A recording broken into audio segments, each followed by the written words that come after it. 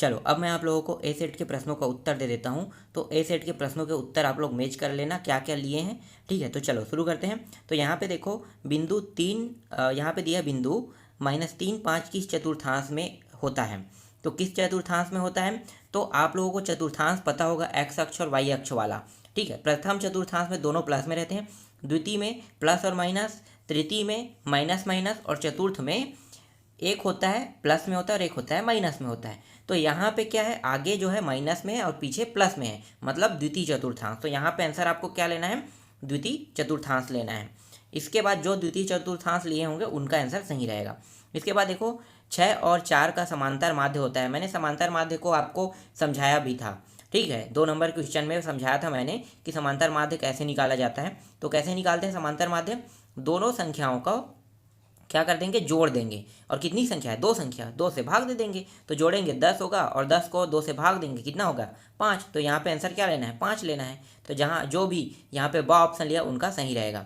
घनाभ में शीर्षों की संख्या होती है, ठीक है। घनाभ में शीर्षों की संख्या कितनी होती है, फिलहाल मैंने घनाभ वाला टॉपिक नहीं पढ़ाया था, तो यहाँ पे थोड़ा सा आप लोगों को कन्फ्यूज होगा घनाभ में शीर्षों की संख्या कितनी होती है। और मुझे लगा भी नहीं था कि ये इस तरह से क्वेश्चन पूछ देगा। तो फिलहाल यहाँ पे पूछा है तो मैं आपको आंसर बता देता हूँ। यहाँ पे 8 आएगा, यहाँ भी ब लेना है, ठीक है। घनाभ में शीर्षों की जो संख्या होती है वो टोटल 8 होती है, ठीक है। तो 8 यहाँ पे लेना है। चलो आगे देखते हैं। इसके बाद है साइन 30 गुणित कोसेक 30 का मान होगा। तो इससे पहले वाले मैंने बी सेट में बताया था, सेम आंसर इसमें भी आएगा, एक इसमें भी आएगा, क्योंकि साइन और कोसेक जो है वो कट जाएगा। या तो साइन को चेंज करो या कोसेक को चेंज करोगे तो ये ऑटोमेटिकली दोनों सेम मान होके कट जाएगा, ठीक है। तो यहाँ पे एक लेना है, जो भी एक लिया उनका सही है।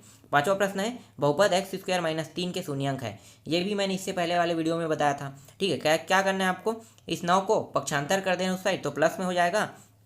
फिर एक्स स्क्वायर से वर्ग हटाओगे तो अंडर रूट किस में लग जाएगा, 9 में। और 9 को अगर अंडर रूट से बाहर निकालोगे 3 निकलेगा, और प्लस माइनस के साथ कितना आ जाएगा, 3 आ जाएगा। तो प्लस और माइनस, ठीक है, +3 और -3 कहाँ पे है देखो, तो +3 और -3 स में है, तो स इसका आंसर हो जाएगा। तो जो भी स लिया है उसका आंसर सही रहेगा। इसके बाद देखो यहाँ पे खंड ब देख लेते हैं, ठीक है। खाली स्थान दिया हुआ है, तो खाली स्थान में देखो पहला प्रश्न क्या है, यदि tan थीटा बराबर 1 हो तो थीटा का मान खाली स्थान होगा तो कितना होगा, 45 अंश। जिन्होंने भी इसे 45 अंश लिया उनका मान सही होगा। क्यों, क्योंकि tan 45 अंश में मान 1 होता है, आपको पता होगा, और cot 45 में भी 1 होता है, तो 45 अंश इसका आंसर होगा। तो जो भी 45 अंश लिया है उनका मान सही है, ठीक है। यहाँ पे चलो आगे देखते हैं। यदि सावधि जमा खाते में ब्याज की गणना छमाही आधार पर की जाती है तो दर प्रतिशत खाली स्थान होगा। तो जिन्होंने, मैंने इसे बार बार बताया था, ठीक है, आपको समझाते समय, तो जिन्होंने इसे सही लिखा है उनका आंसर सही है। क्या लिखना है इसमें, आधा। मैंने आधा चीज़ का बार बार जिक्र किया था ना, ये वही क्वेश्चन है, आया भी है ये। तो आधा है, जो भी इन्होंने लिया है इसमें आधा, उनका क्या होगा, सही होगा। चलो आगे देखते हैं।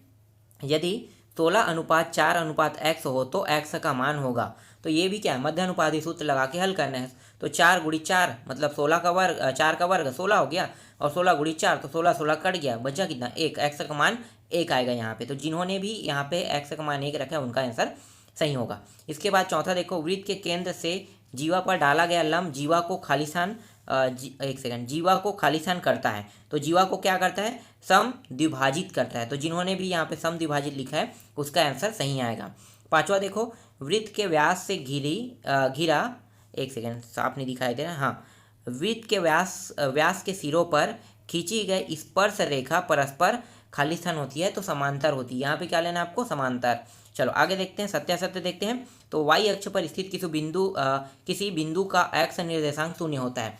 तो यहाँ पे ये सही कह रहा है क्या, बिल्कुल सही कह रहा है। y अक्ष पर अगर हम मान रखेंगे तो x अक्ष ऑटोमेटिकली क्या हो जाएगा, 0 रहेगा।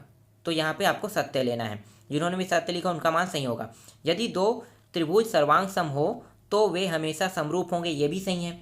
लेकिन एक चीज़ यहाँ पे और चीज़ मैं बता देता हूँ, जो समरूप है वो सर्वांग सम नहीं हो सकते, लेकिन सर्वांग सम जो होगा वो ऑटोमेटिकली समरूप होगा। इसीलिए यहाँ पे क्या है, सर्वांग सम ये जो त्रिभुज है इसलिए वो अपने आप क्या हो गया, समरूप होगा ही होगा। तो ये सत्य कथन है। चलो आगे देखते हैं। इसके बाद tan 90 अंश माइनस थीटा का मान कॉट थीटा होता है, ये भी सही है, सत्य लेना है आपको। चलो आगे देखते हैं। जिस राशि पर ब्याज की गणना की जाती है उसे मूलधन कहते हैं, ये भी सही है, इसको भी आपको सत्य लेना है।